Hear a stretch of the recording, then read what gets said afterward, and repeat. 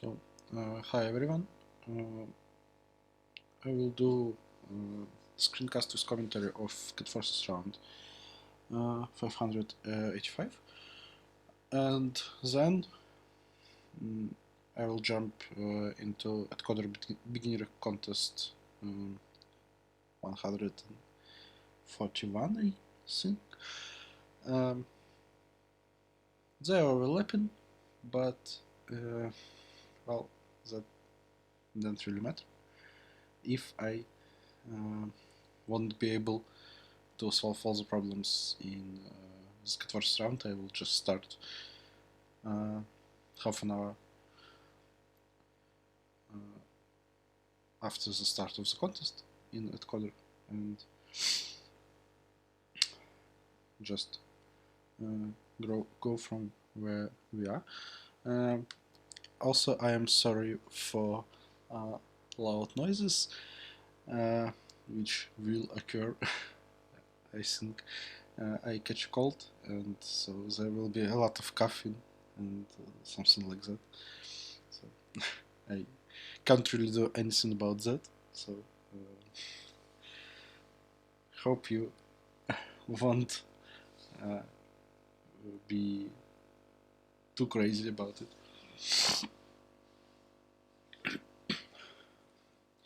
Okay, so some time. Let's create a folder.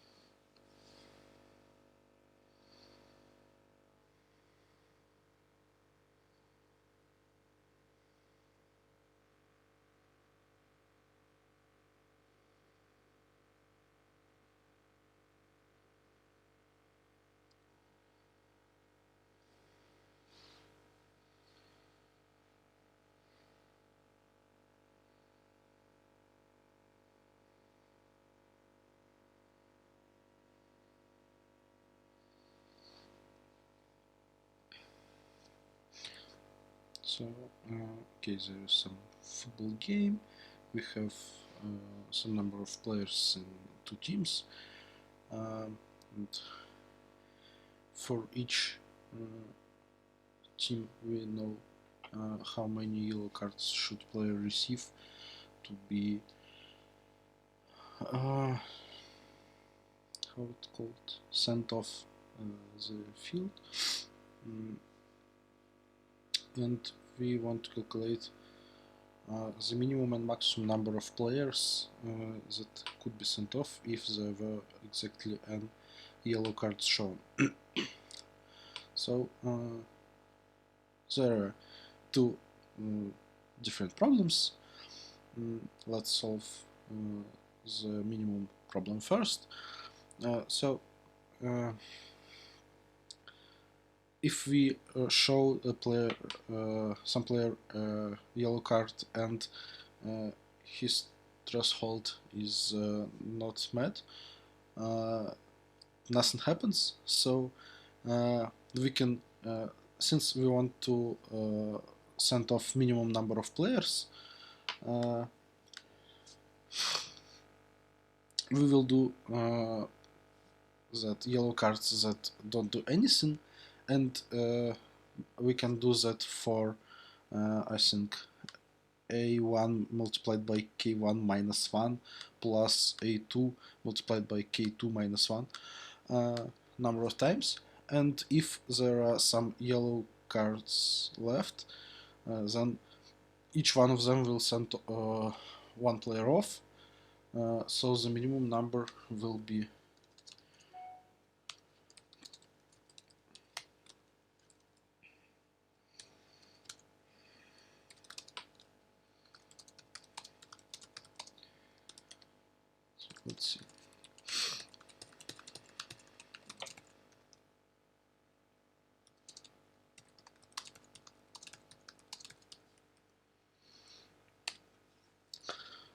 So to calculate the minimum number,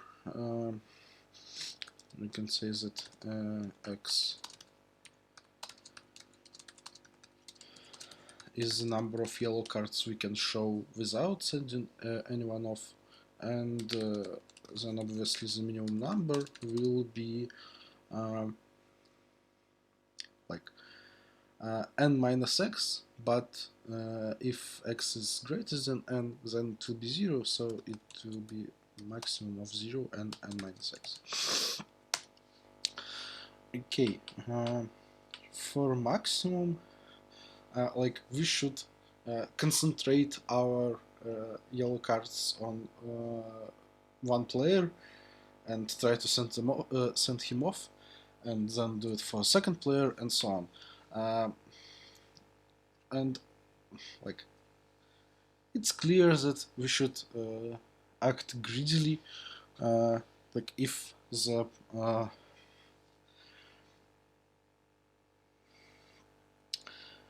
player requires less amount of yellow cards to be sent off, we should start with them. So let's check. Let's say that the first team requires less amount of yellow cards, and if it's not true, we should swap the teams.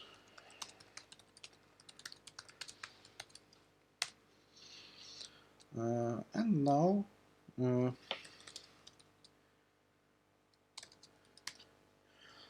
we will send off players one by one. So to send off all of the first team's players, we require A1 times K1 cards. So if we have no more than that, we will send off just players of the first team, and we can send off n divided by K1 of them. Rounded down, well, of course, n's multiplied by K1 should be no more than n, so rounded down. And otherwise, we can send off all the players of the first team, and we will have some cards left. How many? Well, this many. And we can also send off some players of the second team. This is the amount. So this is the answer.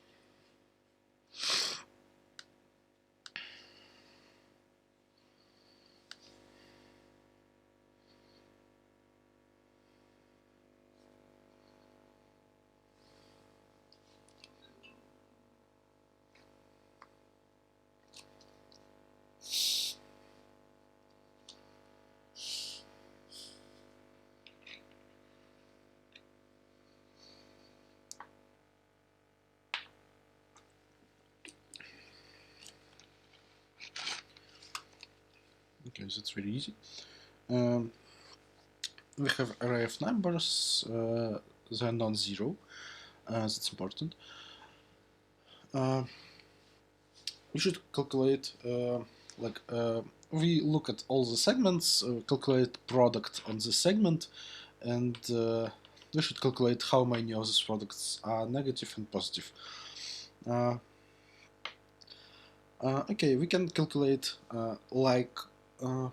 prefix products. Of course, they will be very big, but actually we need only the signs of these prefix products. Like how to calculate the product in the segment. It's prefix product in the right and divided by prefix product in the left hand, and the sign of this expression depends only on signs of these two prefix products. So how to get negative segment, we should choose like two endpoints such that in one of them prefix product is positive and in the other one it's negative.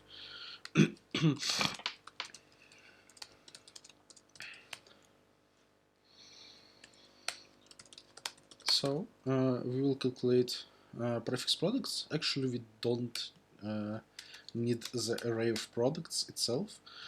We just need how many positive and negative prefix products there were.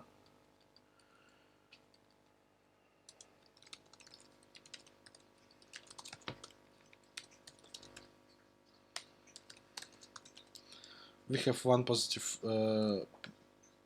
product because the empty product is positive, and now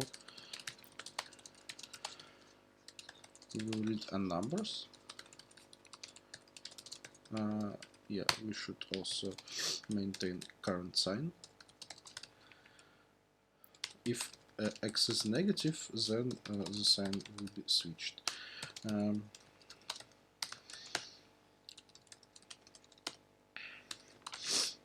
So how many negative segments there will be? There will be pos multiplied by neg segments. We should use longs because the answer is greater than 10 to the 10th. And how many positive segments there will be?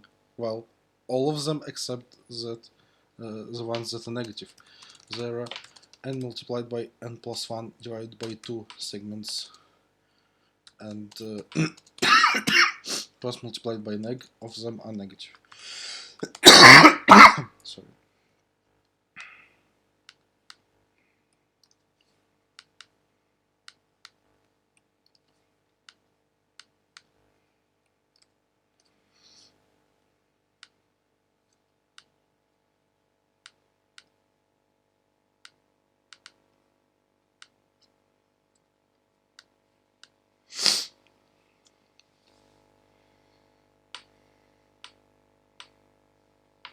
For monocarp. It's like polycarp, but mono.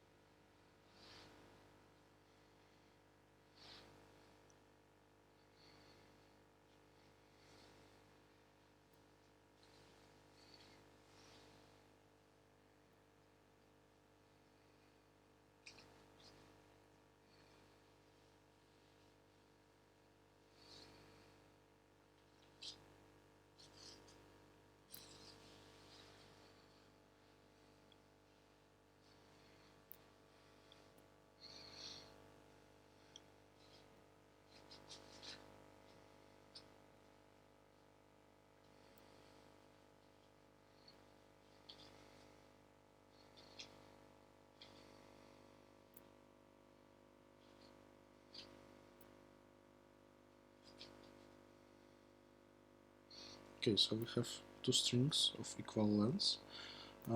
They consist only of letters A and B, and I guess this is important.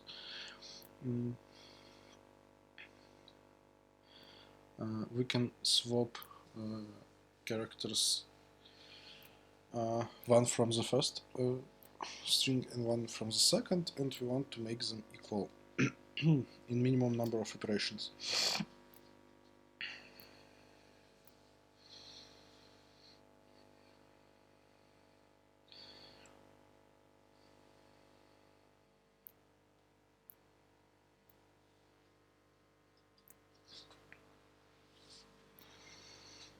Okay. Obviously, it's impossible if the number of A's, for example, is odd, because after all the operations, number of A's is the same, and in the end it should be even, because there should be equal amount of A's in first and second string, And if number of a's is even, the number of b's is also even, because it's 2 times n minus number of a's, and it should be possible. But how to do it in minimal amount of operations, it's not that clear.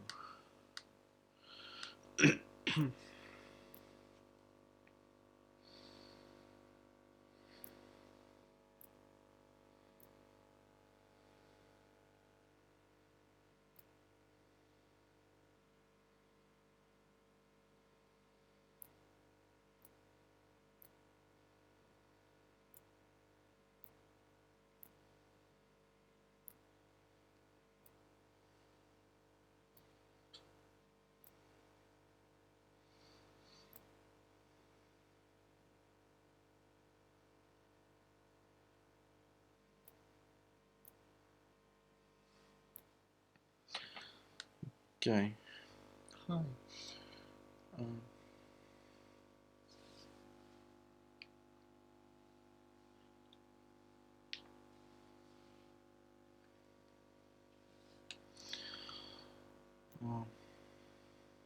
Let's see.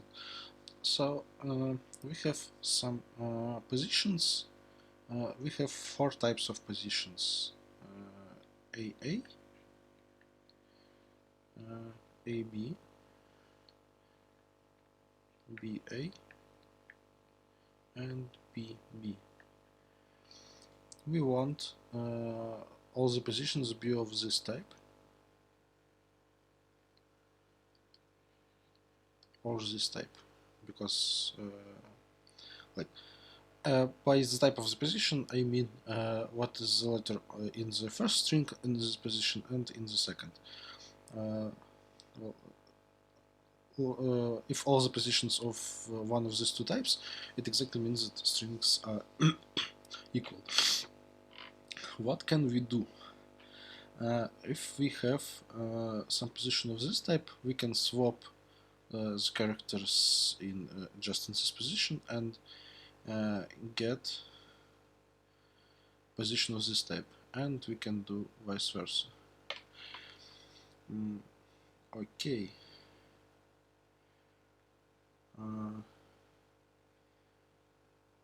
What will happen if we take two?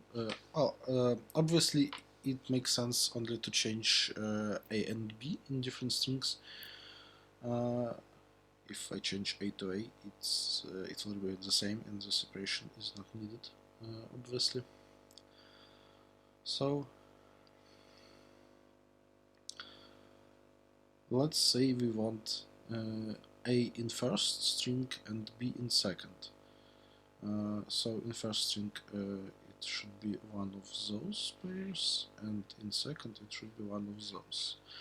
This and this we already thought about. If we choose AA and AB and swap this to this, we will get one more AA and one BA. It's the same operation. So if we choose BB for the second one,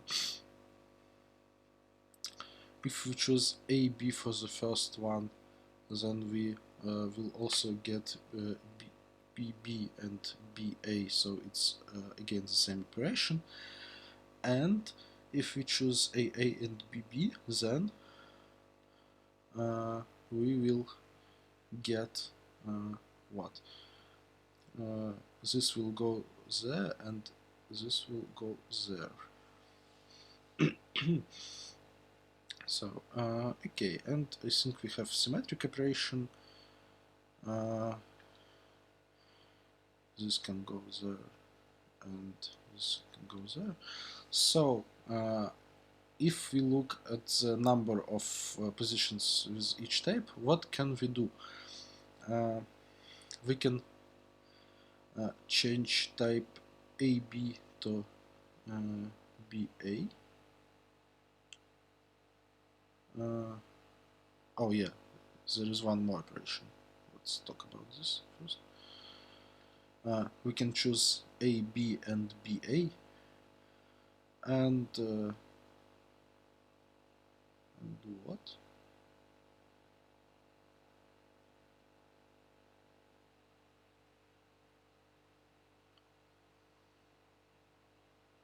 Oh yeah, we can take two ABs and swap A to B and get one AA and one AB.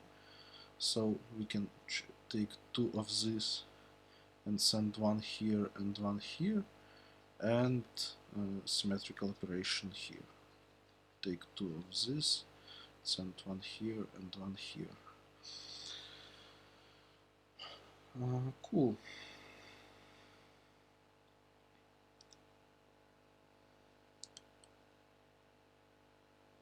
So we know that number of A's is even, otherwise the answer is -1. So the sum of this and this type is even, so either they're both even or they're both odd. We want to uh, uh, to get all the positions of this type, so we want to spend all of this and all of this. There is like only one operation that decrease the two operations that decrease the total number of these things, and it's like take two of this and make them AA and BB, and make take two of this and make them AA and BB. Okay, cool. So if number of this is even and number of this is even, then we can like take all of this, divide them in pairs, and in each pair do the operation to get AA and BB, and the same for this. And this will be optimal, obviously, because we can span less operations than sum of these two divided by 2. Okay, and if the number is odd, the both should be odd, then we can take one of those, make it one of AB, make it BA, and then do the same thing. We spent one operation more, but it's obvious that we cannot span exactly the sum divided by 2, because all the operations we should be using are this or this, and it's not enough, so it should be optimal. So to repeat, first we calculate the total number of A's. If it's odd, then answer is -1. Otherwise, we like look at all the positions which are AB and BA. If there are odd number of them, we convert one of them to another, and then we divide them in pairs and do the necessary operations to get AA and BB from each pair. That's actually a cool problem.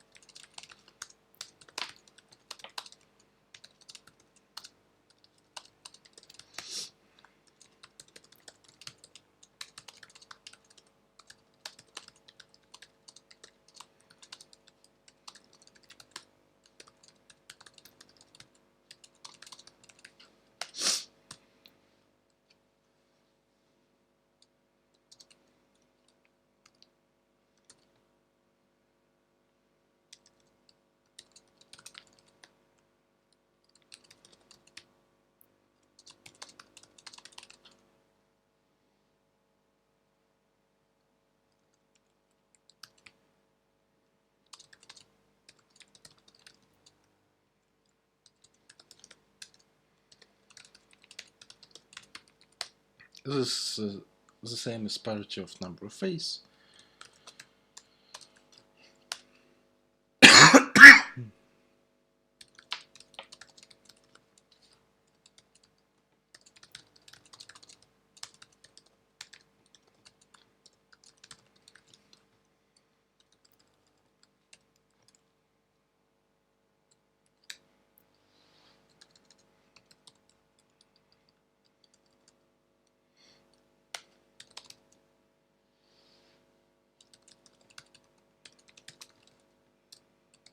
If the number of AB is odd, then we should spend one operation more. The number of operations will be sum divided by 2 plus 1, and we take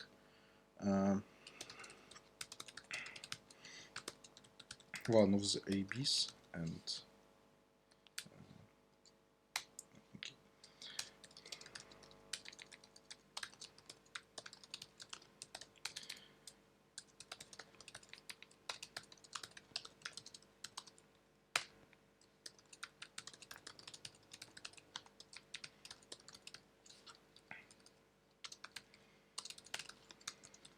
Otherwise, the number of operations is just sum divided by 2.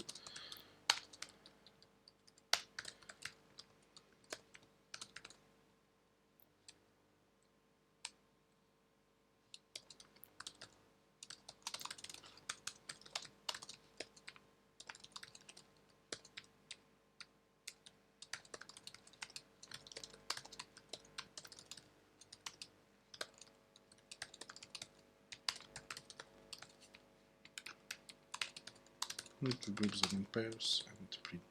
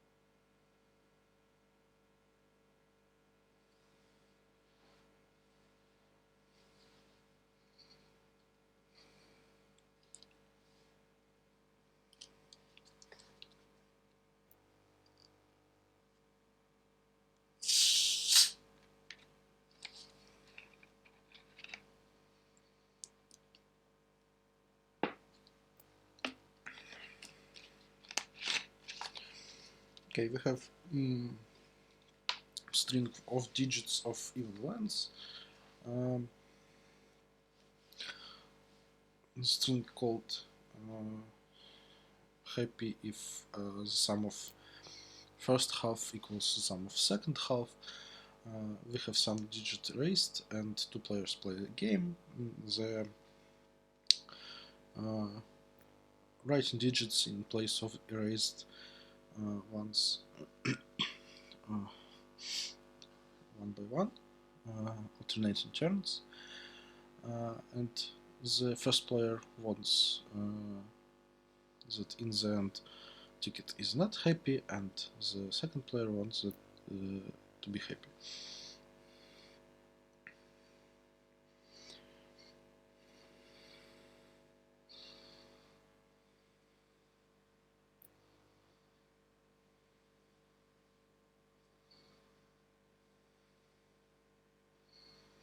Okay, let's talk about some easy cases first. Suppose that number of erased digits or question marks, let's use question marks, is equal in each half. Then I say that second player wins if and only if current sum of in the first half equals to the current sum in the second half.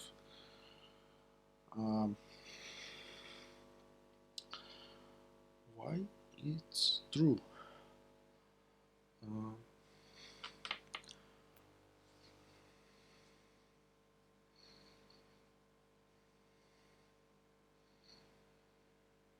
So how to win for the second player if the sums are equal now?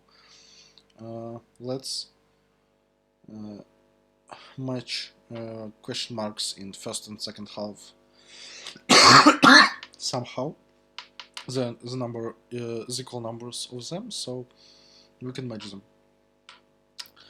And for each move of first player, the second player will place the same digit in the corresponding question mark, such that in pair with the first one. In such a way, after all moves of second player, the current sums will be equal. So after all moves, current sums will be equal, and the second player wins. How to win for the first player if it's not true? Let's say that in first half sum is greater, otherwise we can swap halves. And so the winning strategy for the first player is to, well, on each move he just take any question mark, and if it's from the first half he plays 9, and if it's from second half he plays 0.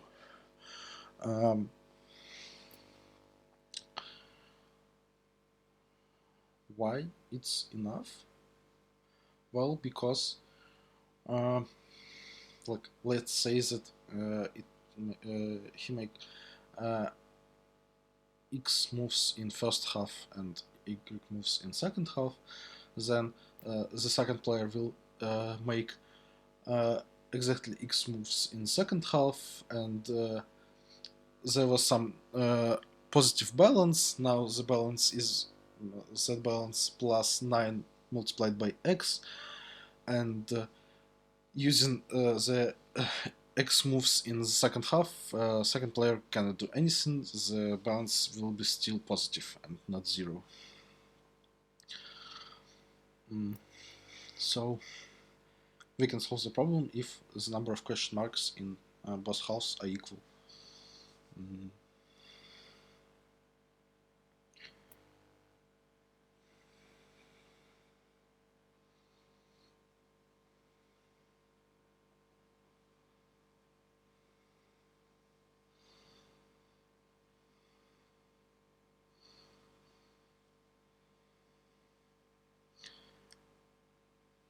Okay, let's think about if all the question marks in the first half.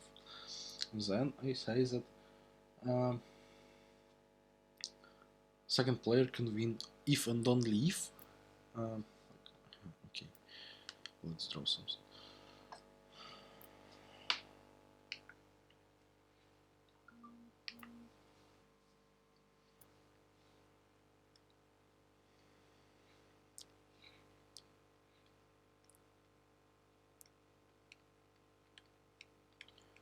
All question marks are here. Let's say that there are 2k of them,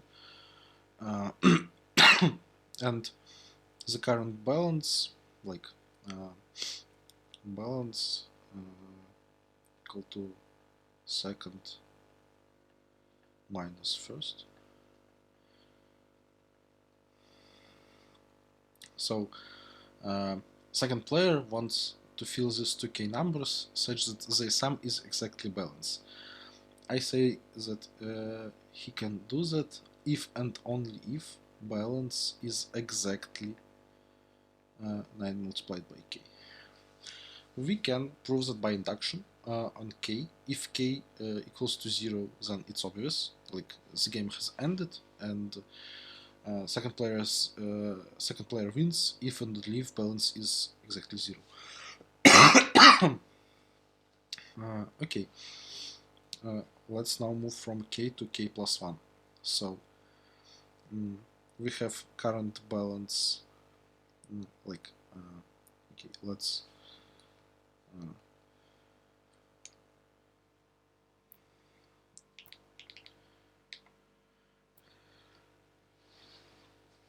draw that on a number line.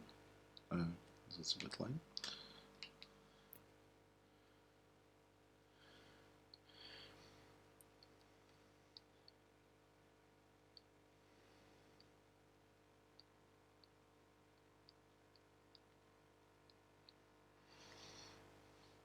Okay, if current balance is here, then on the like any move of first player, the second player can answer such that he will go there and win. But if the balance is somewhere here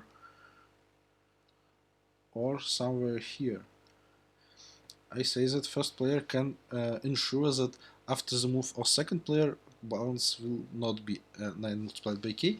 If the balance is somewhere here, we will move 9 and we'll get somewhere here. And if the balance is here, we'll move 0 and again to get here, second player should move more than 9, strictly more than 9. So this holds. Well, and from this point, I guess we should say that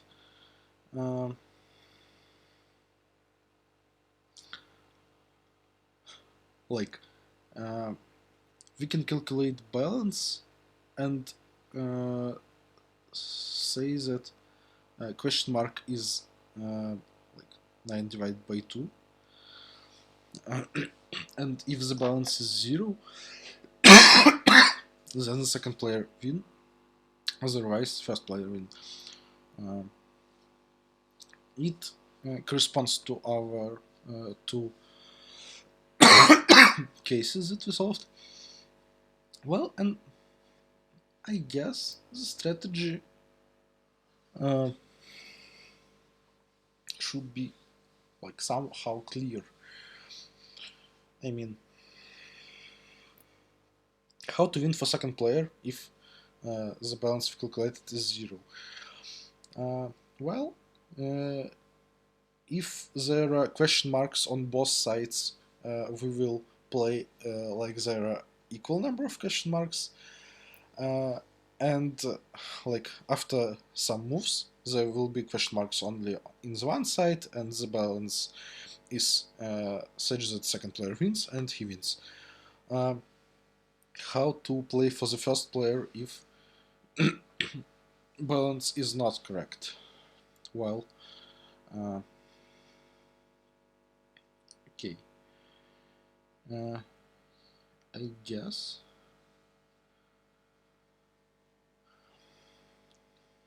like he should make moves such that the balance can be restored. What that means, guess if like the balance is positive and we calculate the balance like here, like the second half minus first, we can either change question mark in first half to 0 or in the second half to 9, and like after any move of second player, balance will be positive, so we win. This should work.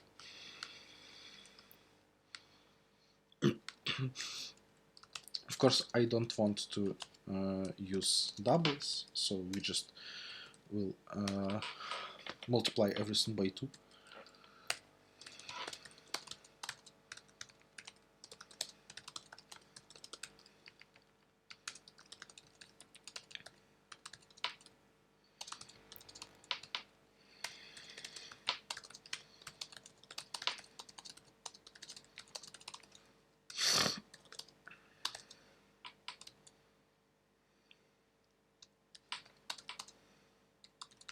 So question marks are 9s, and all other digits are 2 multiplied by the value of this digit.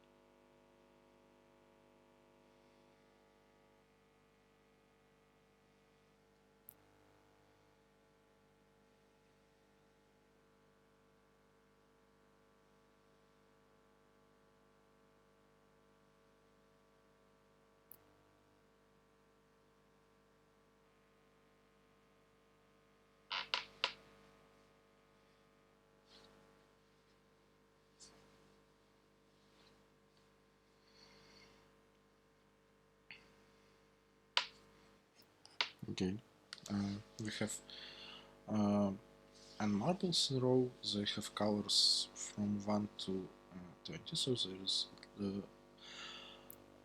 20 different colors.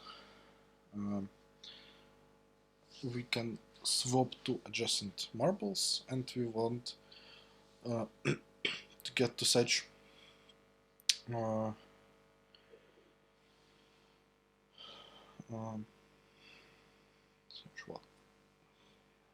such state that all the marbles of one color are one contiguous segment, and this is true for all the colors, and we want minimal number of iterations. Okay, so swap to adjacent things in like arrays can decrease or increase number of inversions, whatever they mean, that means, by 1. So I mean, let's think about how the final configuration will look. There will be some like first color, second color, third color, and so on. And if we renumerate colors by like their ending order, this array will be sorted. So actually the problem is like choose the renumeration such that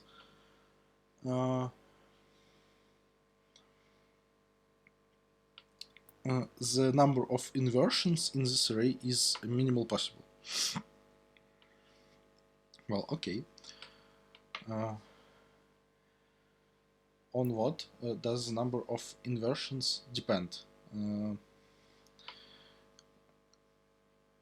We can like look for obviously there will be no inversions between two marbles of the same color.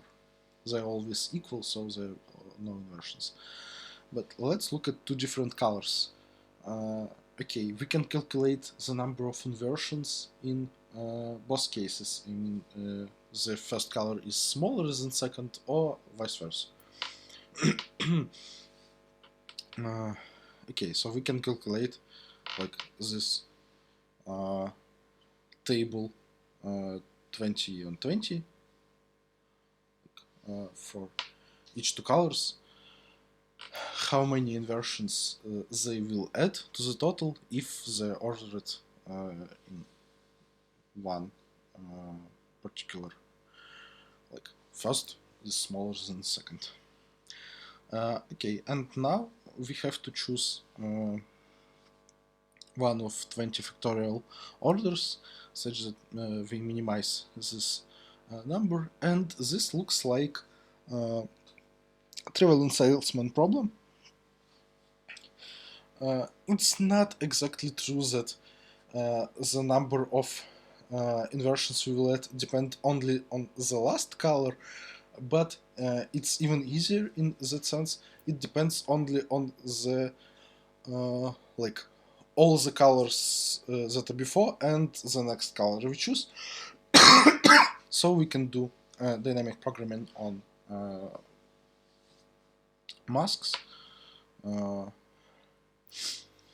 So dp of mask is like the minimal number of inversions if we use only these colors in some order. How to do transitions? We choose the next color we will use, calculate how many new inversions we create using our pre-calculated table 20 on 20, and do the transition. I guess this can be pre-calculated easily. Let's do this. Let's write optimal solutions. Like the thing that I said works. Like okay, we have to pre-calculate something, but it's like n multiplied by something something. I guess we can do that in n multiplied by 20 if we do some smart things. Like, okay, how to pre-calculate table 20 on 20. Let's store for each color the positions in which this color occurs in sorted order. Now, how to calculate the number of inversions if like from with two given colors. We will do like 2 pointers. It's kind of merge sort. Okay, let's code it. Let's code the first part, and then we will talk about dynamic programming.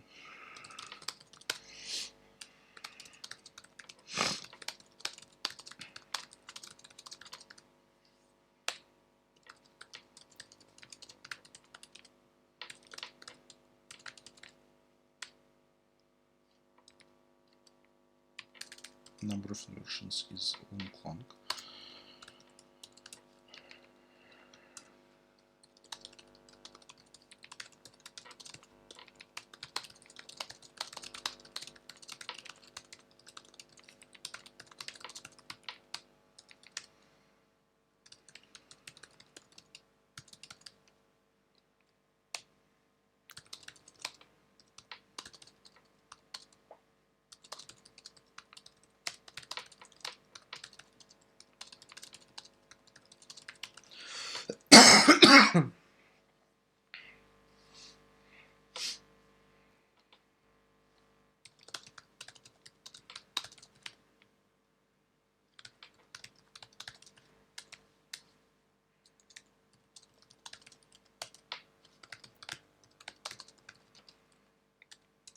So I want to calculate how many inversions will pair of colors C wants to create if C1 is less than C2. How to do this? We can like try all the marbles of color C1 and calculate how many marbles of color C2 is before them in sorted order, and this is the number of inversions this one marble will create, and we will sum these things over all the marbles of color C1. We can do this with binary search for each marble, and I think it will be fine, but let's write 2 pointers. Like, we will maintain a pointer to the current marble of C2 that are greater than us, and just add this. Like, the number of marbles before the pointer, it's just this pointer. We don't actually need 2 pointers. I mean, the first of them will be just try all the numbers in first array in increasing order, and they are already in increasing order.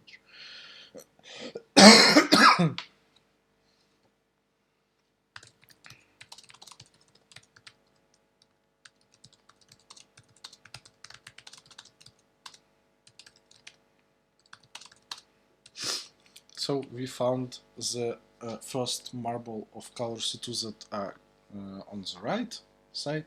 So the number of marbles of color C2 that are on the left side from our marble is P. Okay, what is the complexity of the code I wrote? It looks like this is like k squared. We have 2 fours. And this 2 pointers, so it should work in linear time, so it's n multiplied by k squared. But actually it's not true.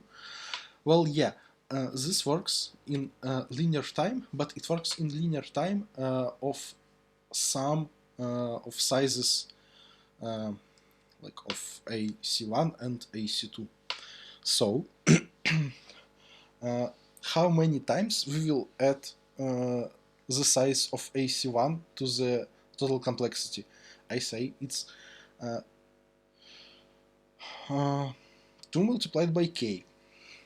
It's k times when this color is C1, and k times when this color is C2. Actually k minus 1, but it doesn't matter. But the total sizes of all these arrays is n, like all n marbles of exactly one of k colors. So the total complexity of this code is n multiplied by k, actually. Okay. Let's talk about DP now. Our state of DP is mask of used colors. To make transition, we should try all the next colors and calculate the number of inversions of new inversions we create. We can do that by also trying all the colors that are in mask and use our table, like some values in this table. And this will work in 2 to the power of k multiplied by k squared. Like, we have 2 to the power of k multiplied by k transitions, and each transition we do in linear of k time. And this is fine. Time limit is 4 seconds. This should be like 1 second max. But we can do better. We can pre-calculate sums for all color and mask.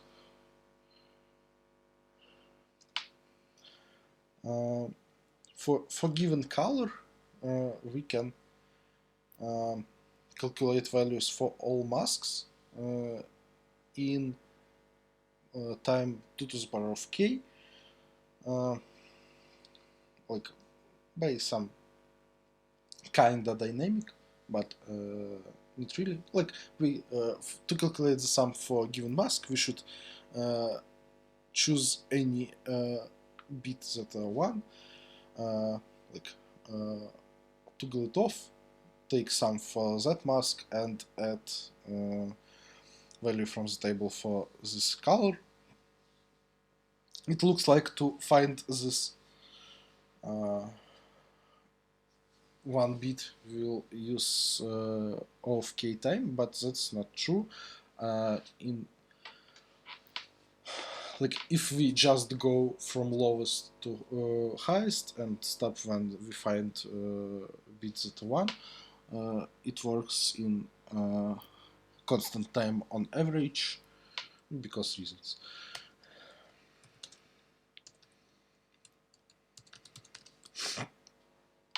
Well, this can be actually worse because we have many memory now, but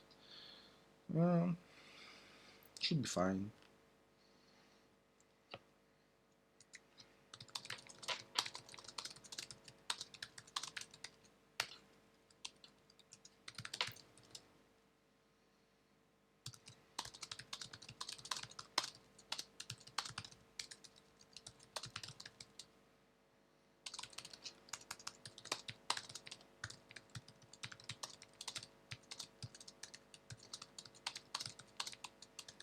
It looks like it's 2 to the power of k squared, like k here, 2 to the power of k here, and k here, but actually like this 4 with all its inner parts work in 2 to the power of k time.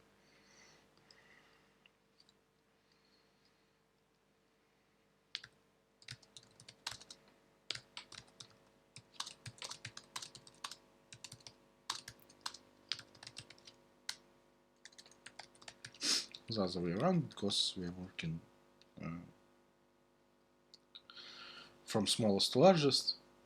Actually, it would be okay if I messed up, because it just means that I'm working from largest to smallest.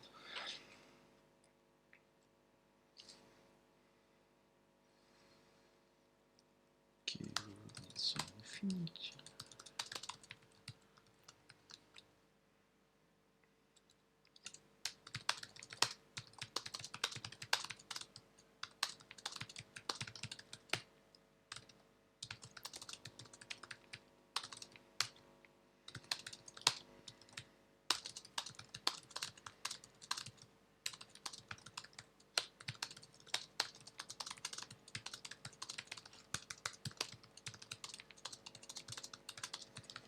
So we have used all the colors at an in mask, and we want to use color C now.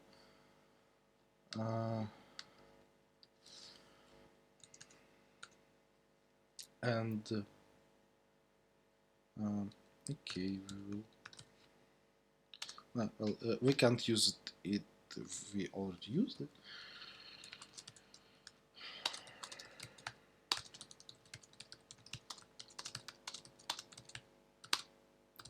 We do our transition, which is pre-calculated here.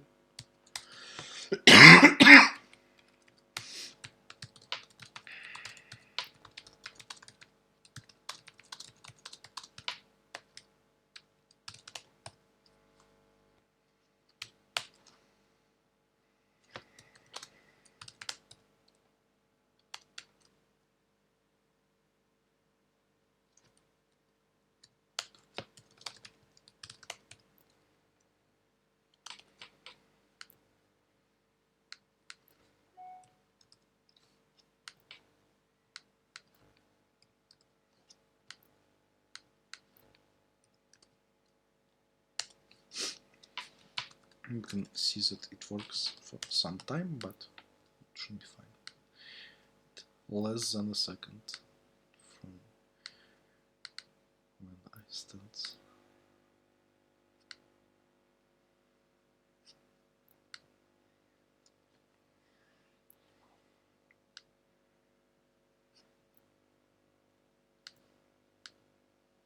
Yep, less than a second.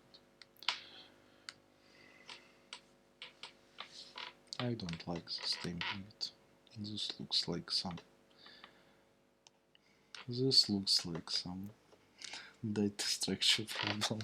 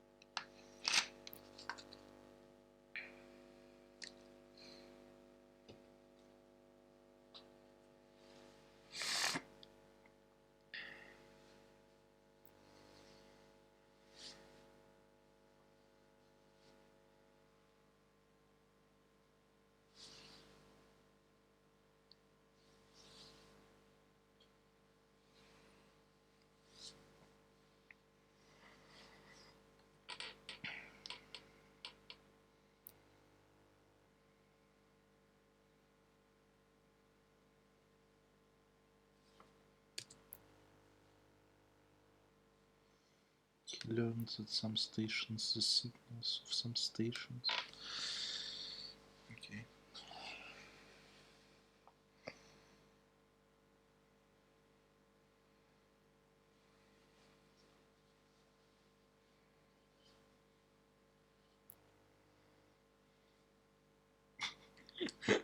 Cool.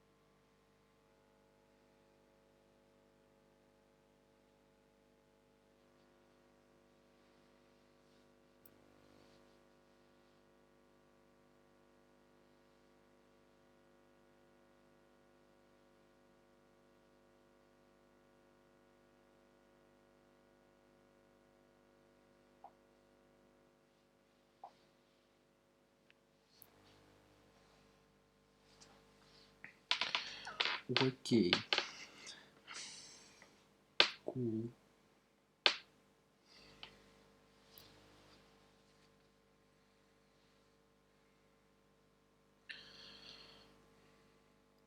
Well, no, actually, it looks like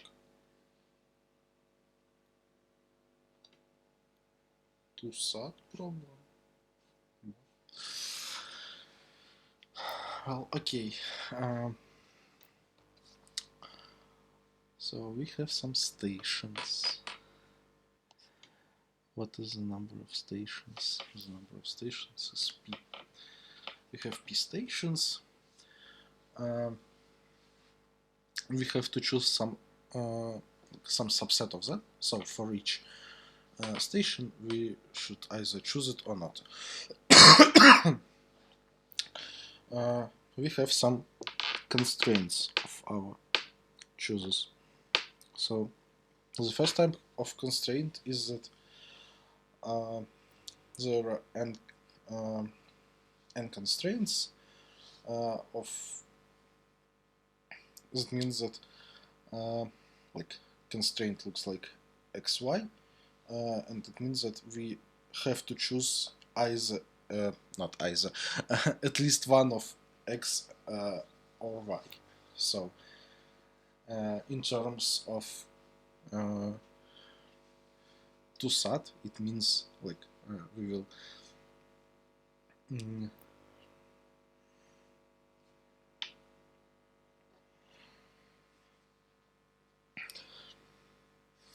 we will have variables for each station, and this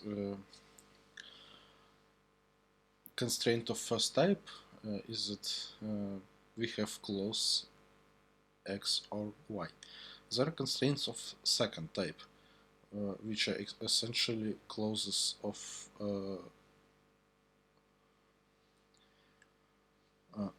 clauses not x or not y. We cannot choose x and y simultaneously. And also each station have some segment of values, and we should choose some number f in such a way that for all stations that we will choose, that will be true in our toSet, f in this segment. So, well, actually, it just means that all these segments should intersect, and since these are the segments on the line, it just means that every two segments that we are choosing should be intersecting. Like if every two segments are intersecting, it means that maximum of left borders are not greater than minimum of right borders, and it actually means that maximum over all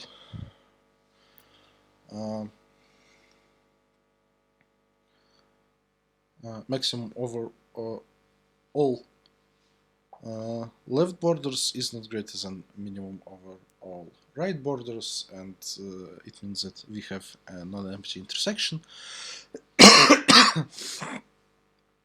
Well, okay. So it would be an easy to set instance if like I mean this last constraint about segments, like we have constraint about all segments which should intersect, but actually it's also a local constraint every two segments which should intersect, and it is also okay for TOSAT, but there are quadratic number of such constraints, and this is bad. But I guess we can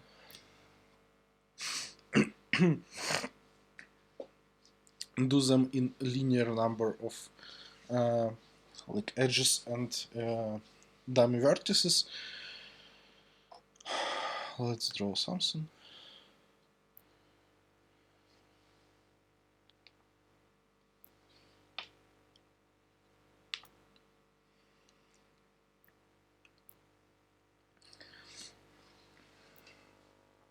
Well, this is also a classical idea. Sorry. What edges should we have? Like, there are some. We have number line, and there are some segments in this number line.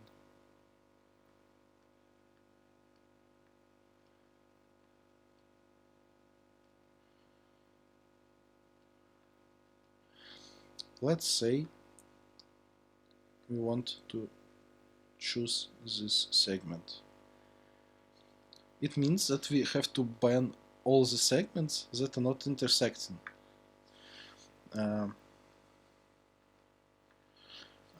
With this. It means that we have to ban all the segments that have its right border here or its left border here. Well, okay. What is banning? It means that we have a vertex that corresponds to the segment. We have actually two of them. Like this is take, also known as true, and not take. I mean, it's like x and not x. In TOSAT, to say that if we take this segment, we don't take like each of these segments also have its variables and vertices. Each segment have two vertices. We should draw these edges. Like it means that if we take this, we don't take these segments, so we take their negations. And like there can be linear number of such edges for one segment, and it will be quadratic if we take all the segments together. But we can do this thing, like we can sort all the segments by its right border, and this segment okay, we have segments sorted by right border,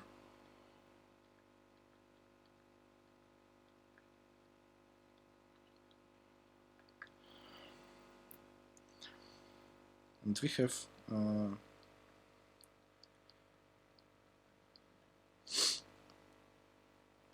vertices corresponding to negations. So what we want now, we want to draw edges from this vertex to some prefix of this.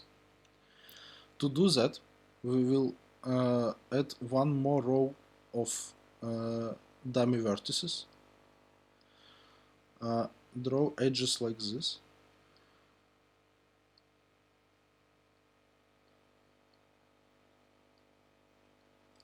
And draw edges like this.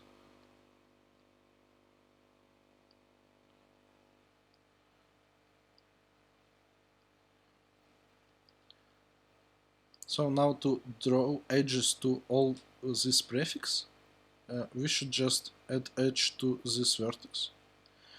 And from this vertex we can go to all the vertices in this prefix, but not other vertices.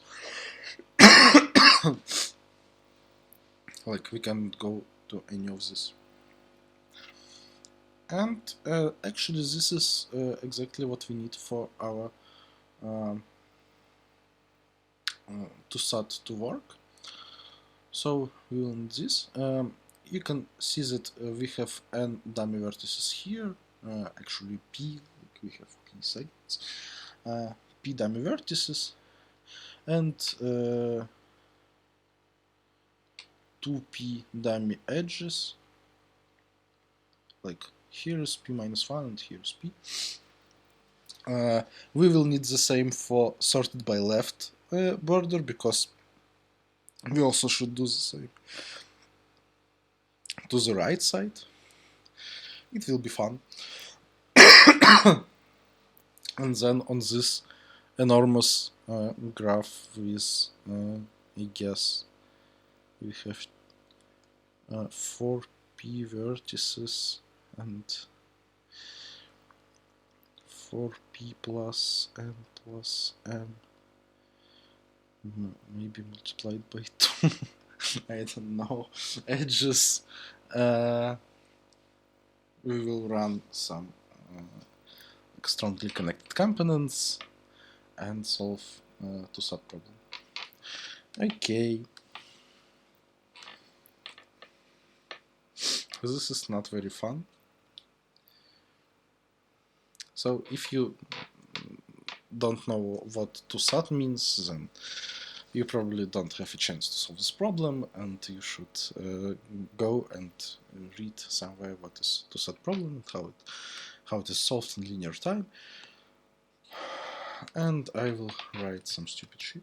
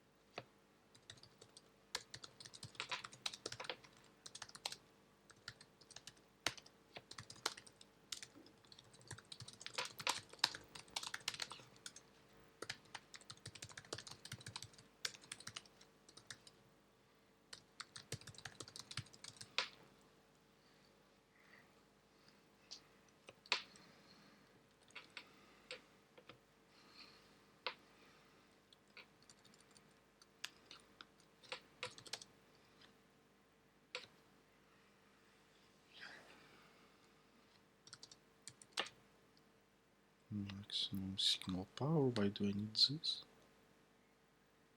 Well, okay, I don't.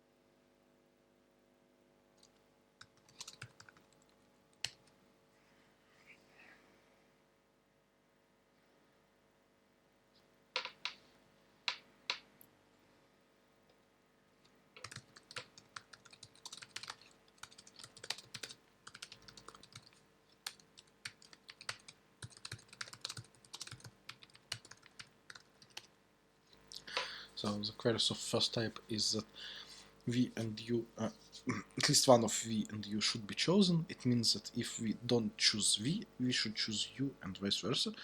So we should add edge.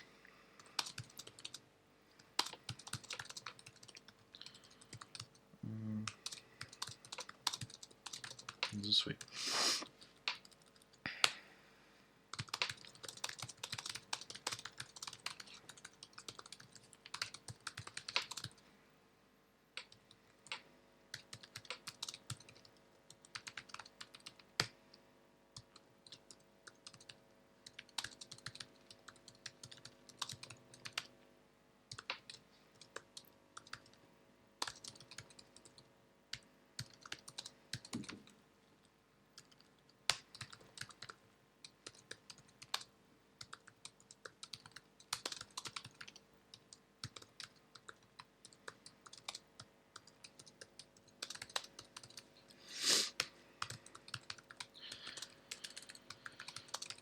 And the queries of second type,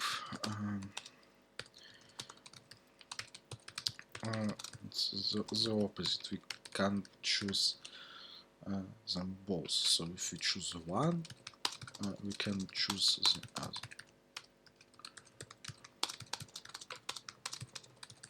Okay, cool.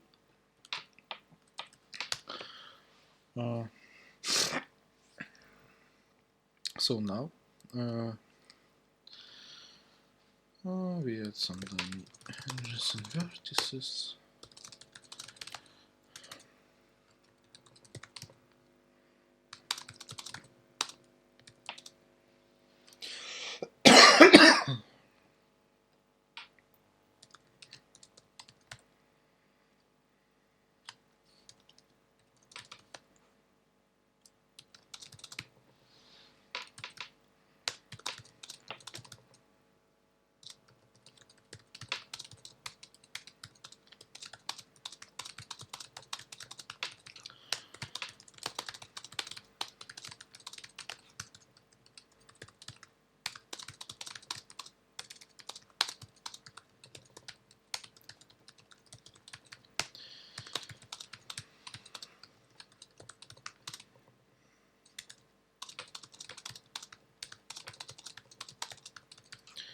Okay, cool.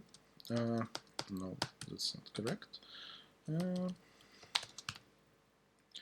Because in no, this was correct. This is not correct. When we order by L, it means that we draw in edges to the right part, and then we should draw edges to the suffix. So these dummy edges should be in like in increasing order. So much fun. Okay.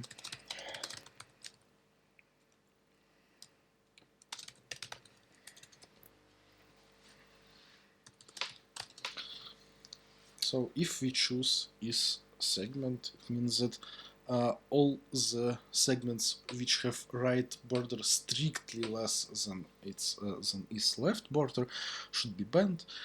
Cool stuff. Lower bound by r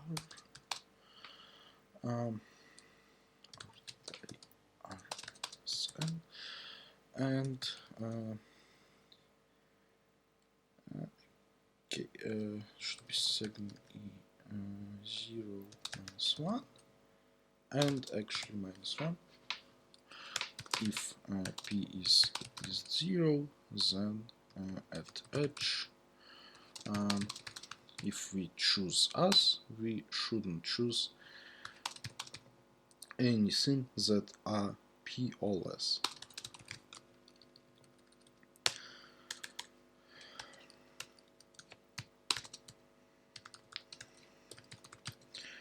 And the same thing to the left, to the right,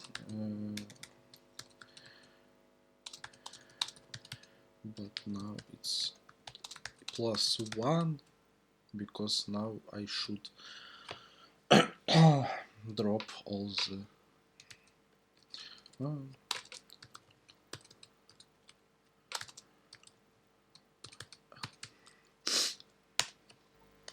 since it means me, if p less than n at edge here. Okay, we're done with building graph. Now we should just do easy things.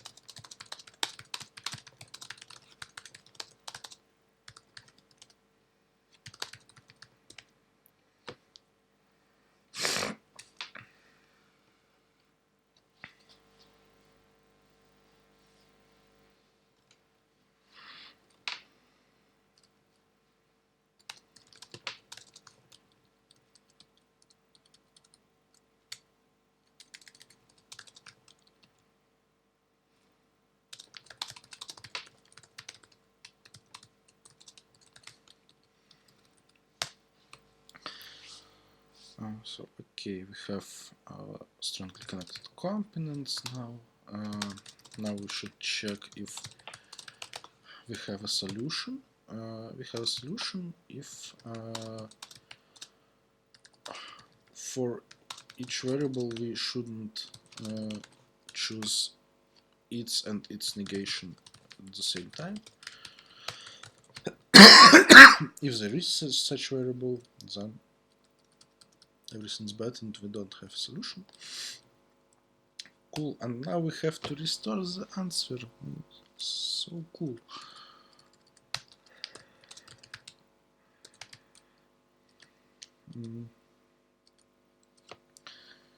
Okay, how to do that?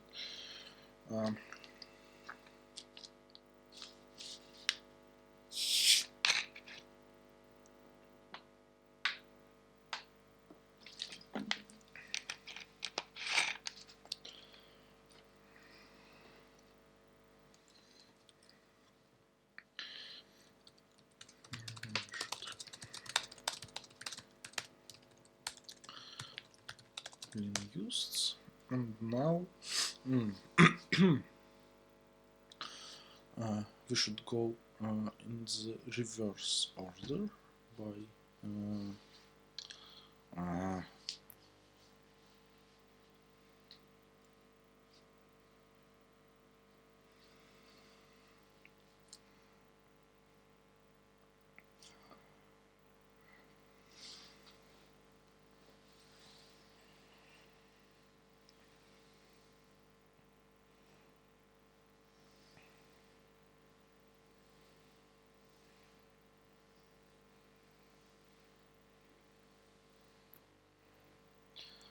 so yeah, we should go in reverse order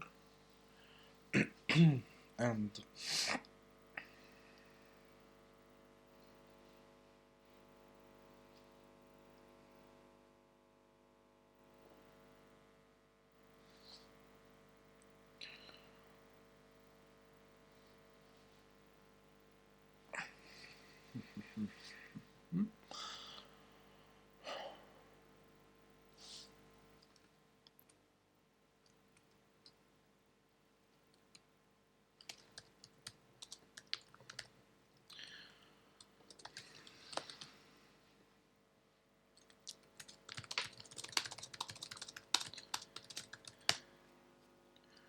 for some reason it's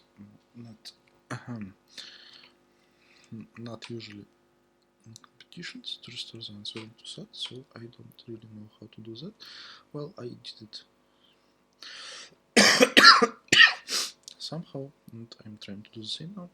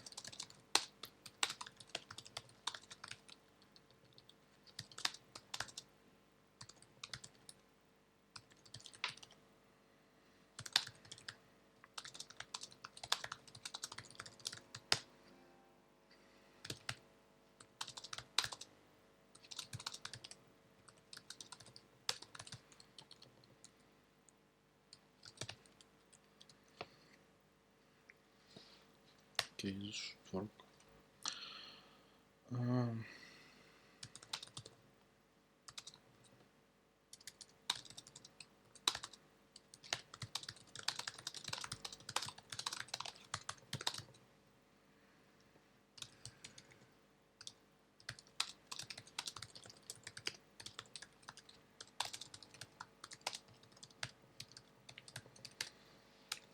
so we have restored the answer, and now we have to print it. We have to calculate how many there are of them and choose correct frequency. So the point which lies in all the segments. It should be maximum of all left sides, for example, or minimum of all right sides, but I did the maximum of all left sides.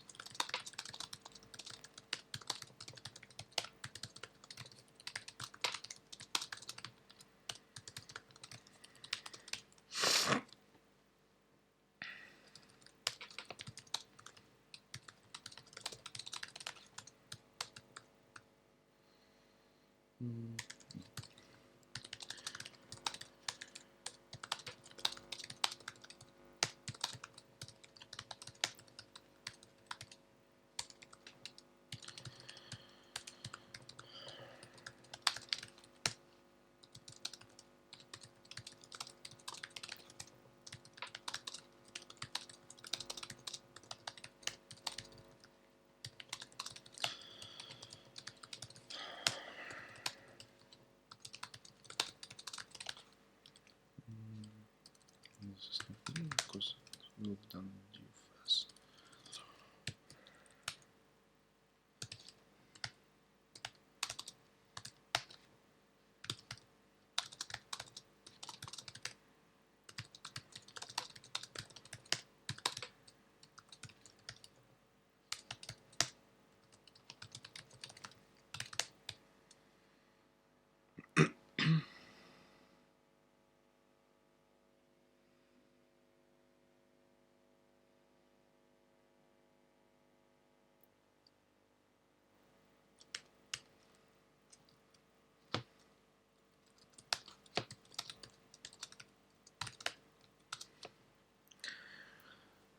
That's okay.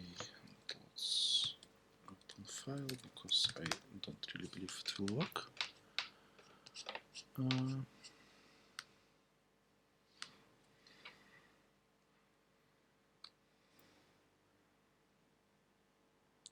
I guess I should. What? Oh, I should have seen. I guess I should decrease and compile fast.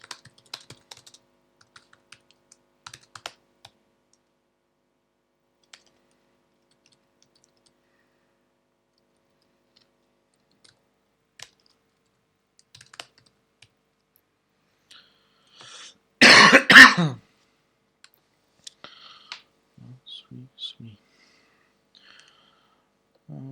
I guess it works.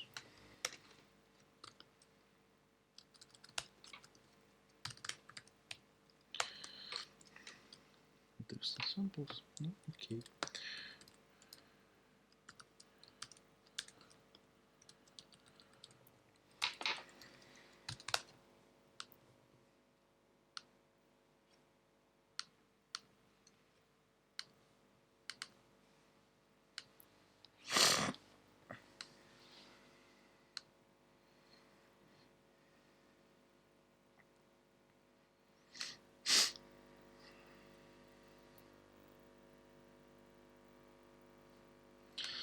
Let's check that I used V everywhere it needed.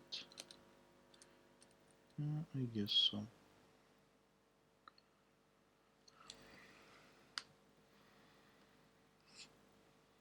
Looks like it even works. Crazy stuff.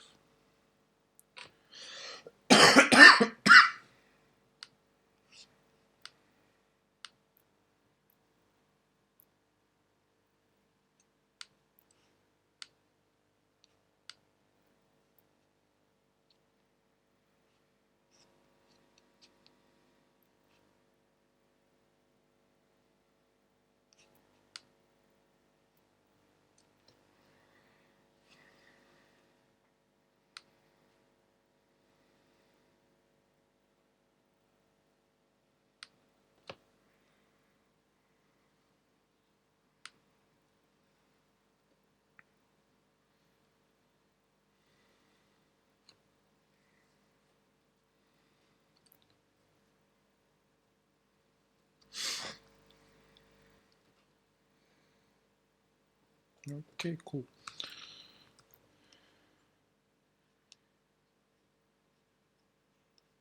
Not bad. I'll take it. Okay, let's move to coder. Yay.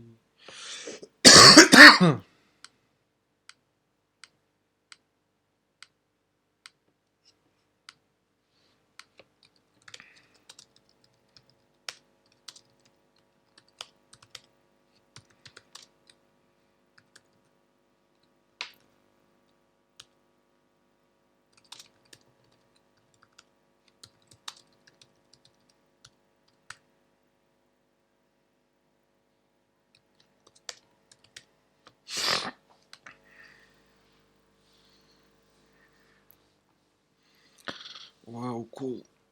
Interesting problems.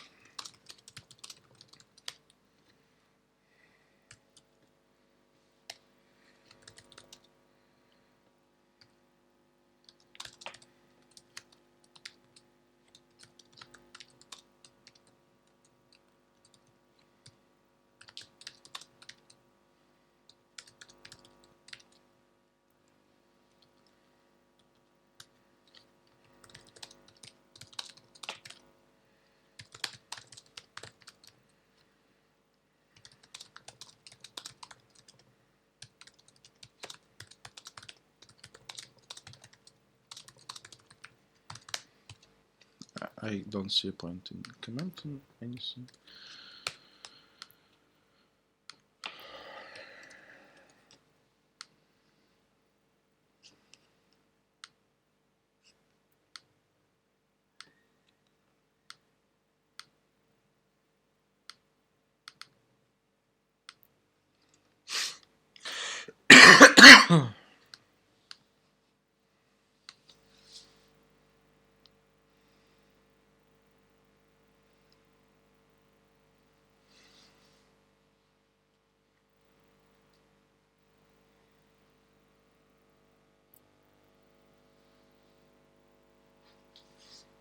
Okay, it's once again stupid. Write what is written in the statement problem. Okay.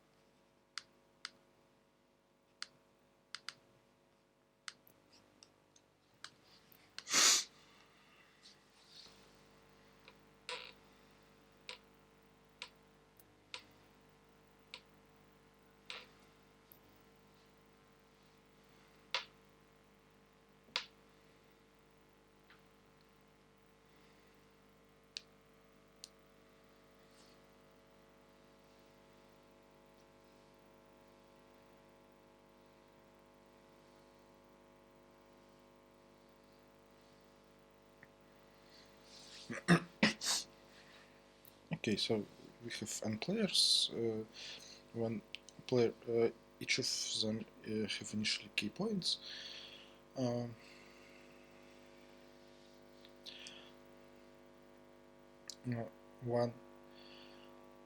One player answers correctly, all other players get -1, and he gets nothing. We have to like emulate this thing and get the results in the end and say as a greater than 0 or no, but we will just get the results and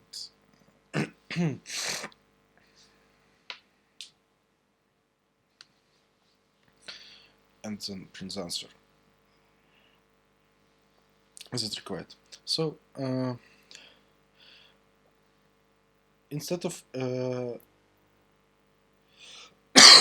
subtracting -1 from all other players every time, we will just say that our player gets +1, and then we will subtract -1 from all the players, not all except ones that answer correctly, and that subtraction we can do in the end. Just do -q to all the players, and our solution works in linear time.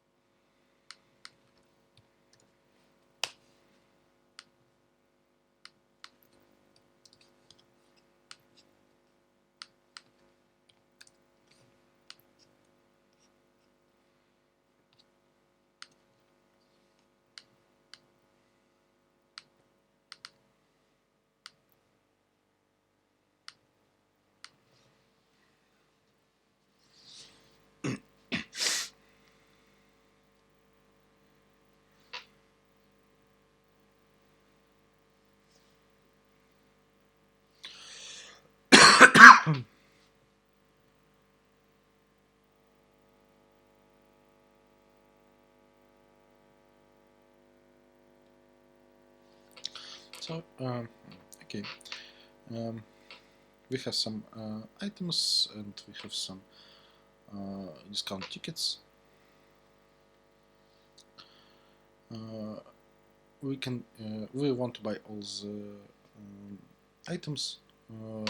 If we use some Y tickets when buying this item, we will pay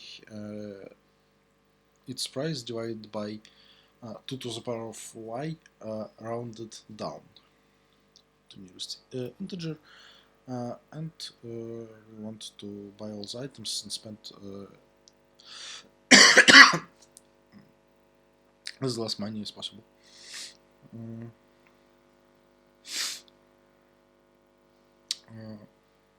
Okay, we can see that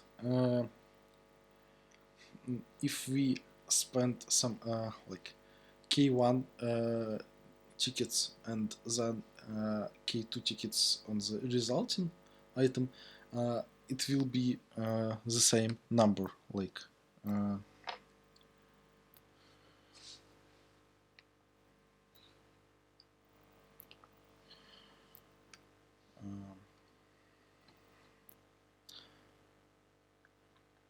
x divided by 2 to the power of K1 rounded down, then divided by 2 to the power of K2 rounded down, is the same as x divided by 2 to the power of K1 plus K2 rounded down. It's actually true for what happened?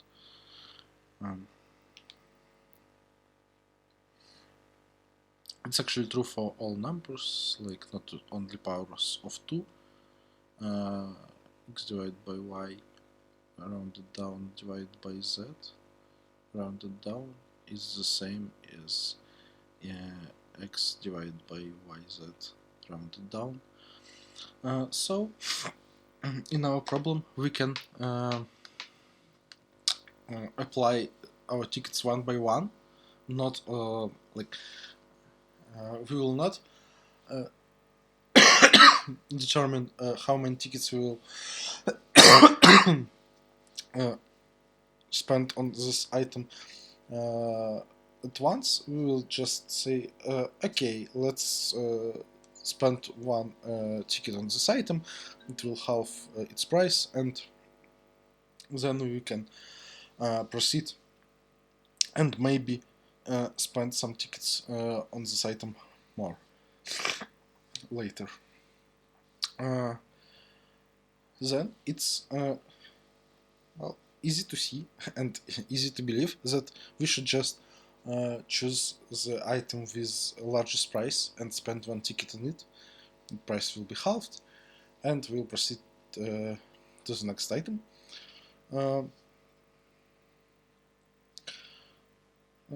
To prove that it's true, we can say that when we are using some ticket, all the next tickets we will use in this item will give us like less decrease in price. So we are just doing like if we will never use a ticket on this item, it is strictly better to not use ticket on any other item and use it on this item now. So we can just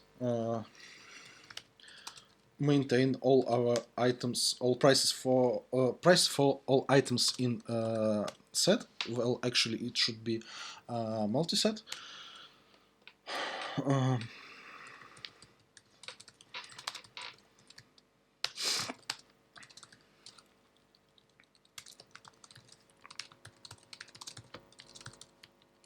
So what should we print? Amount of money. Okay.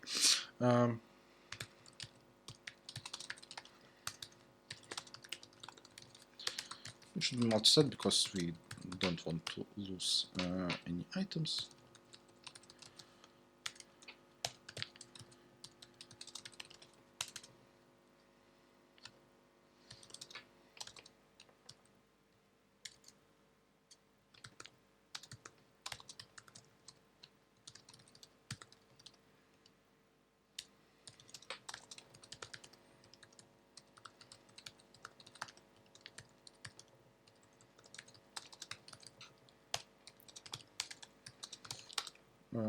We had ints in our set because not greater than 10 to the 9th, but the answer can be big.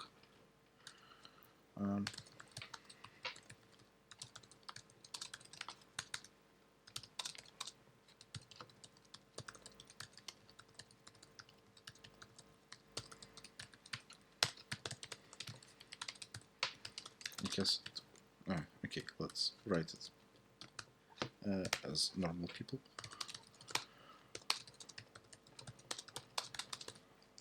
I don't know why I wrote it the way I did the first time.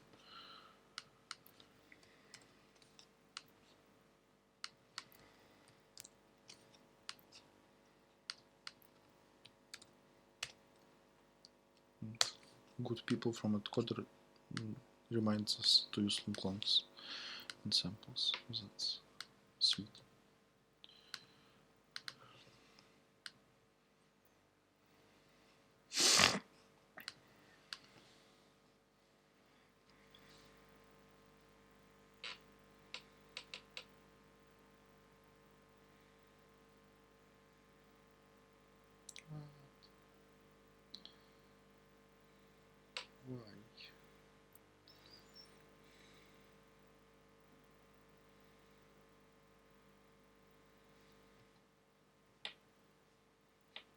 Well, okay, we have a string and we want to find the biggest length such that there are two non-overlapping occurrences of the same string of length n in our string. Well, okay, we can do it in quadratic time because we don't have to do anything better, but we can actually, I think.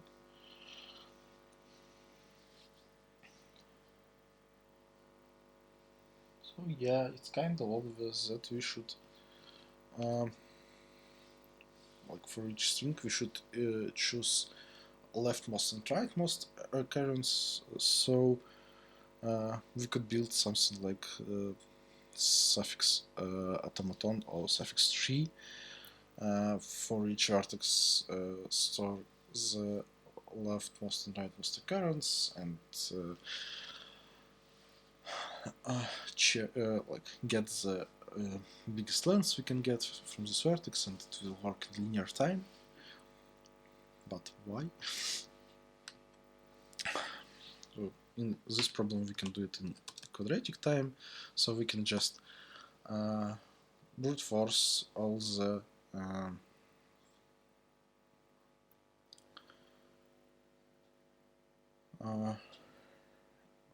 like all the left borders of our first, for example, string. It doesn't matter really. Calculate that function or prefix function, whatever. Then try all the left borders for second string, and we have two upper bounds on the length we can get. First one is that it shouldn't be greater than the difference between these two left borders, because strings should be not overlapping. And the second one is the value of that function, because strings should be equal. So let's just do this. This problem is really stupid. I didn't expect this from code.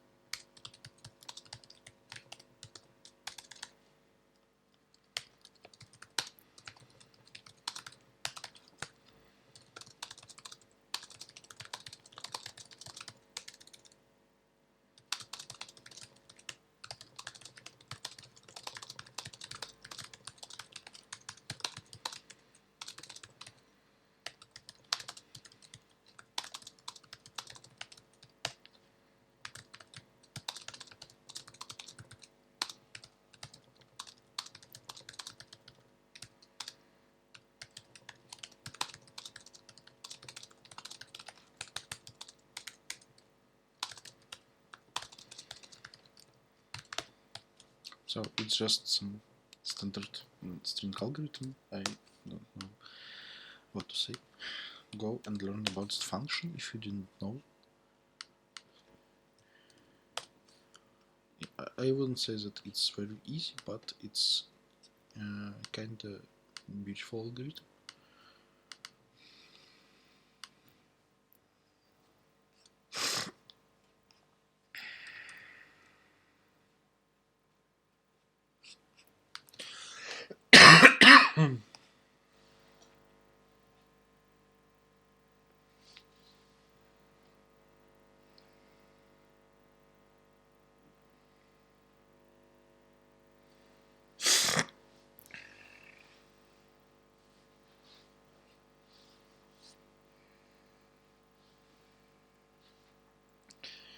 I think I see. I have seen this problem somewhere.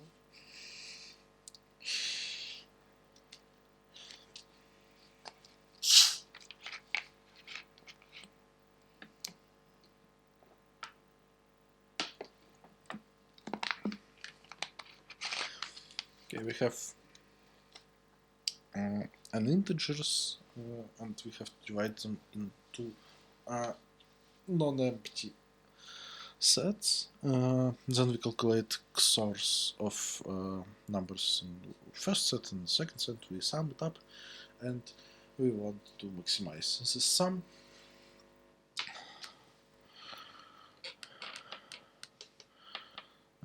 Okay.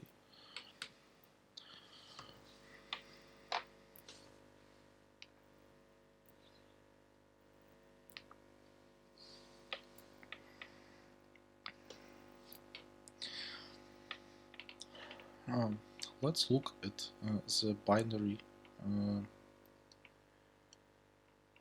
representation of two numbers we will get. What we have to know about them. We can add them up, and this is the result we want to maximize. We can also calculate XOR of them.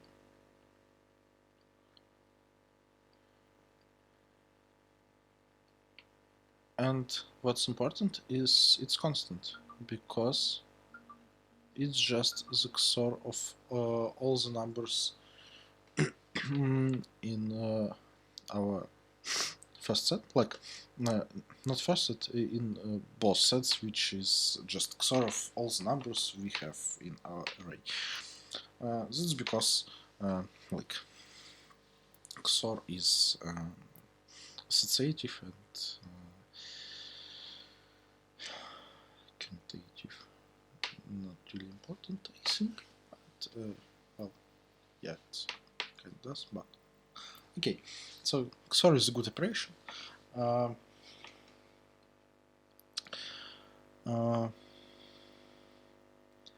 So x is XOR of all numbers in this first set, y is XOR of all numbers in the second set, so the XOR is just XOR of all numbers we have, and it's constant, we can calculate it.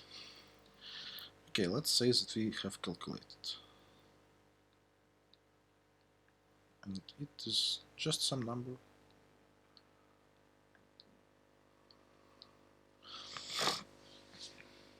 Okay, then how x and y look? How does XOR works? If we have two equal numbers, then it will be 0 in the corresponding bit of this XOR, and if we have two different numbers, it will be 1. So if we have 1 here, it is like 0 and 1. If we have 0, it can be zeros or it can be ones.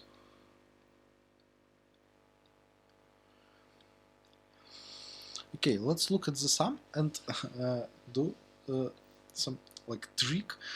We won't do I don't know how it's called in English, but I mean let's just calculate sum in each bit without going to the next bit. If we overflow, like we will have 1 0 something here, 2 0 2 and something here.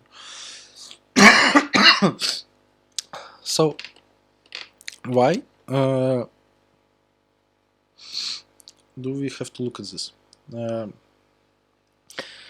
reason is that each one we have this actually corresponds here. Each one we have in XOR will always be a 1 in this number. So there are actually 3 ones here and 2 ones here, and here we don't know. Well, and 0 can be 0 if it's 0 0 here, or it can be 2 if it's 1 1 here. So what can we by what means can we increase this XOR? we can change some zeros into twos. So and maybe here. So all ones will remain ones, and some zeros can become twos.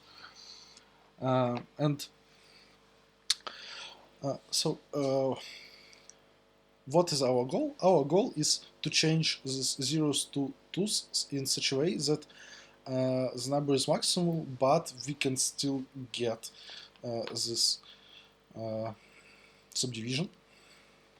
So, like, what is important? On the positions we want to change 0 to twos, we should have ones in both x and y. Well, and it's clear that we should, we want to maximize the sum, so we should go from bigger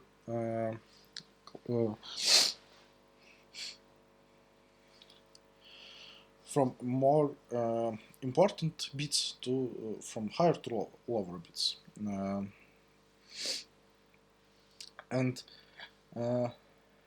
if we can change 0 to 2 in the highest bit, it's not really important what we can or cannot do in this case in lower bits. We absolutely must change the 0 into 2 because that's how maximizing numbers work.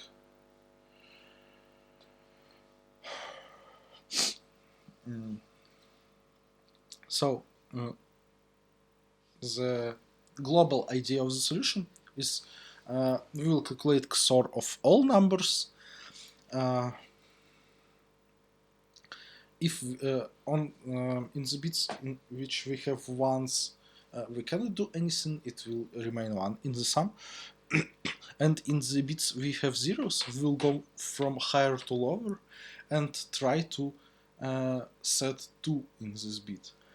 How to set 2 in this bit? Well, actually we have to set 1 in x and y, but it suffice to set 1 in x because we know that there will be 0 in XOR, so in y it also will be 1. I'm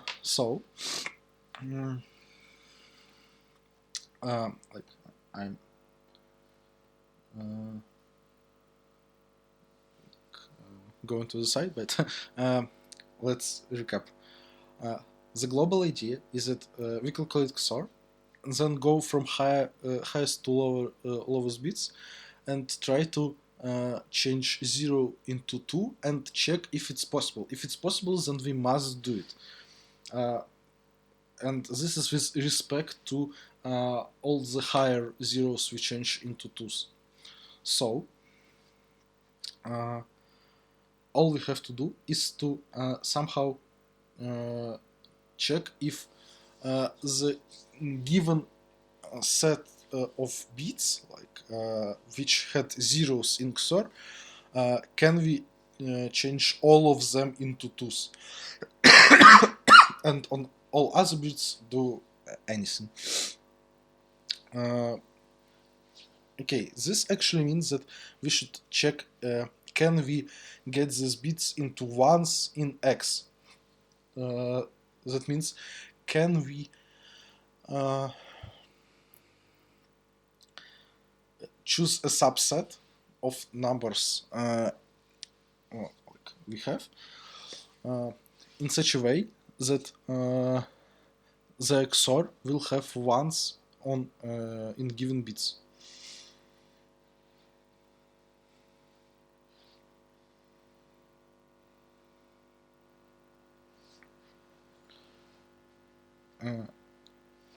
Okay,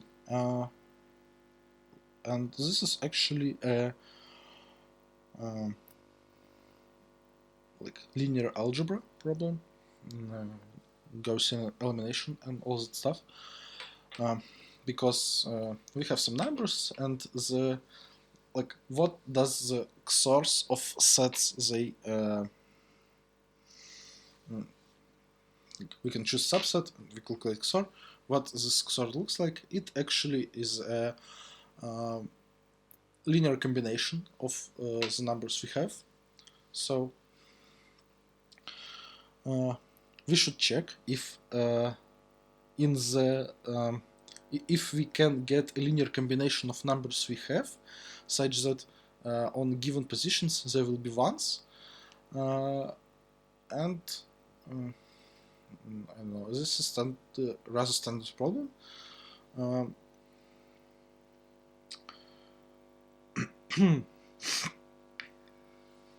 We will calculate the like we start from 0 and we trying to set ones in the bits we want. To do that, we will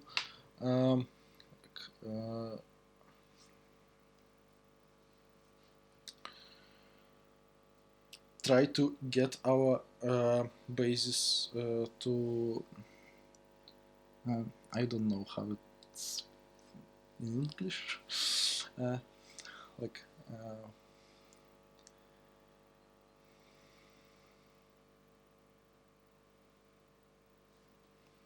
I don't know, it's like upper triangle, but not actually.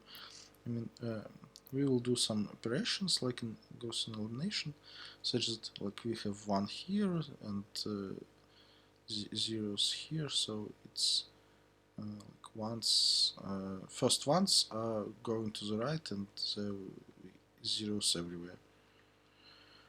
I don't know how it's called in English. So we want to get a basis of this form, but like the order in which we traverse bits are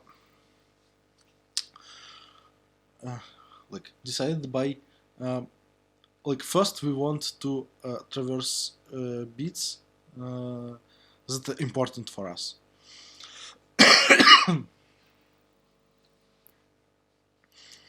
Like, and then when we get this form, like this is the bits that are important for us, all these numbers are not useful for us because we don't care about what we get here, and they don't change this part. So we could only use these numbers, and they're in like correct order. If we want one here, we absolutely must use this this number. Sorry, is it? We don't have like one for this bit, but it can be that we have one here and everything will be fine. So we can only actually have one here, then we shouldn't use this row because we already have one in this bit, and so on. So basic idea is to like when we want to check something, can we get ones in given bits,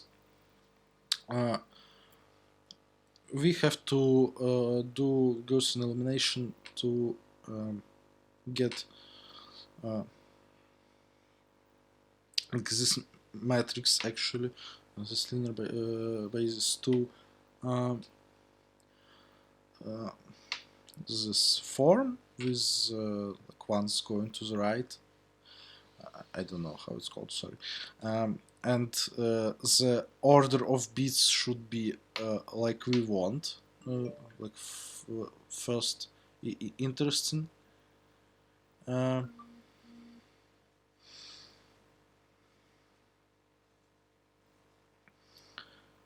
Interesting bits first and not interesting afterwards, and then we just trying to get our number.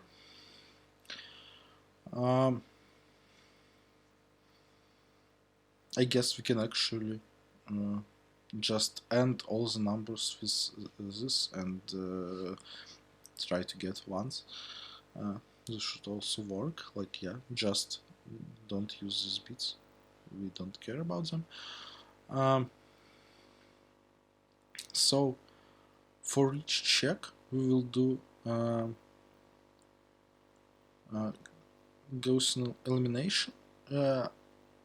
It works in time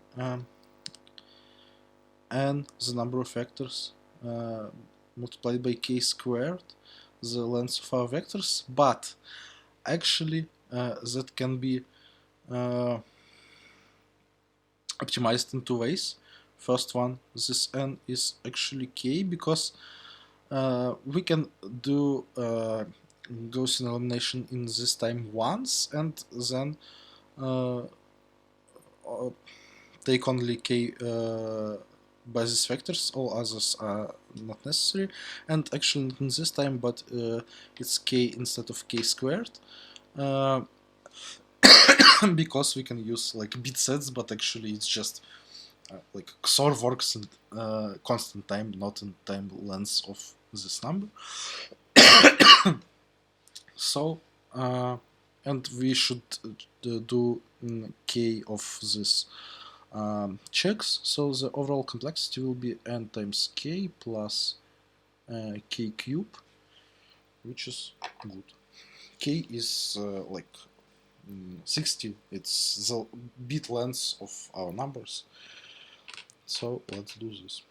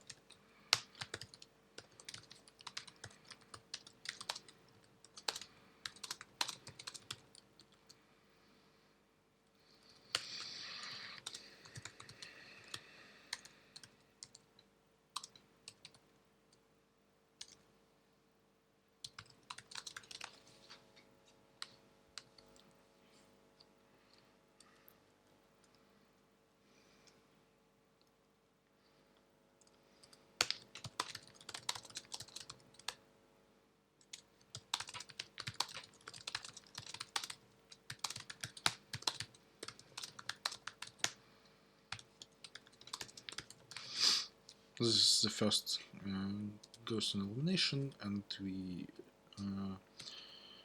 will use only the basis afterwards.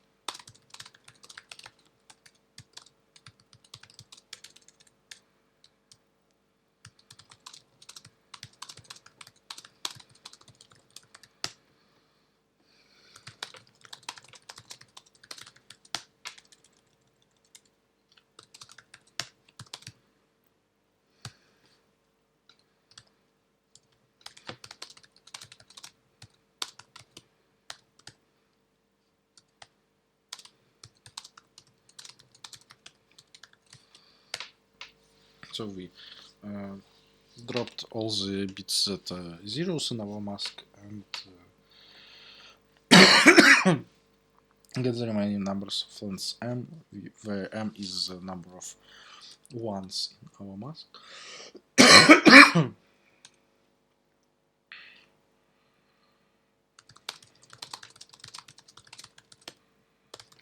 So now we want to get that form and check if the mask of all ones can be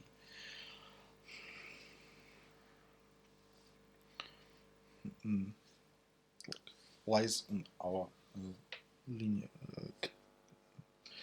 linear space.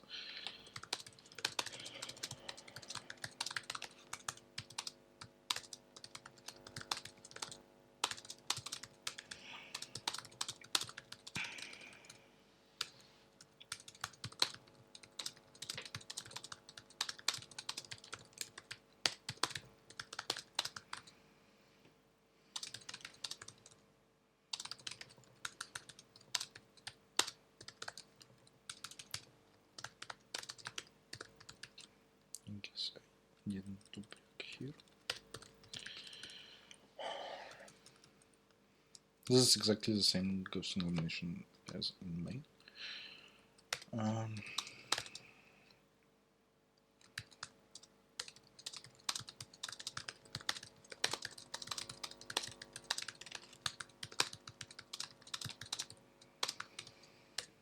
And now we do it once more. We're just trying to add this number, and if it will increase the size of our bases, and it wasn't in our linear space, and otherwise it was.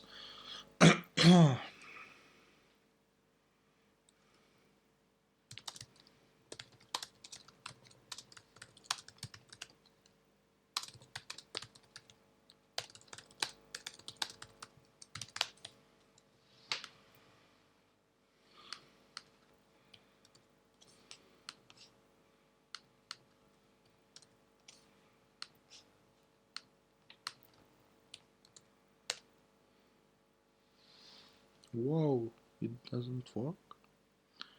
That's crazy.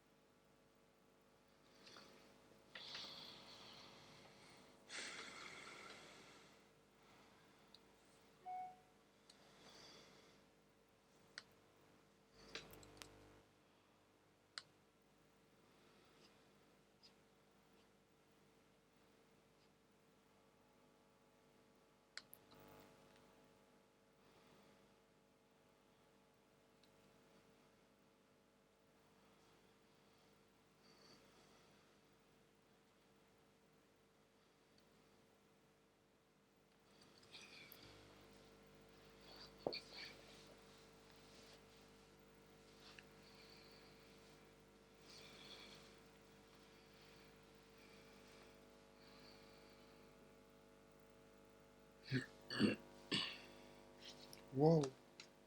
What?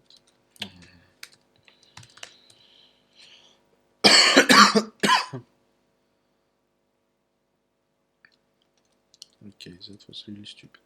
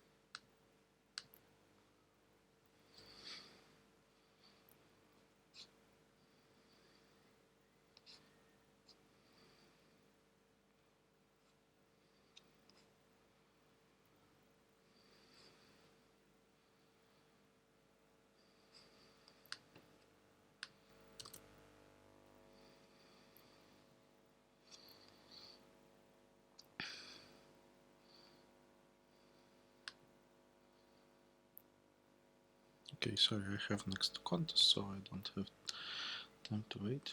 Oh, it's executing, so okay. Let's wait.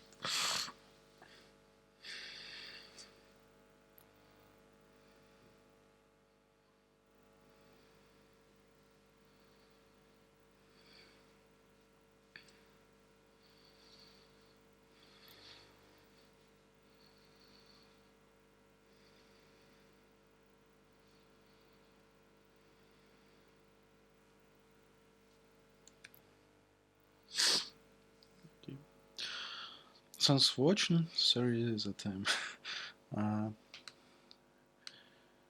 it not well and was a bit tired to the end. Hope you enjoyed. Bye.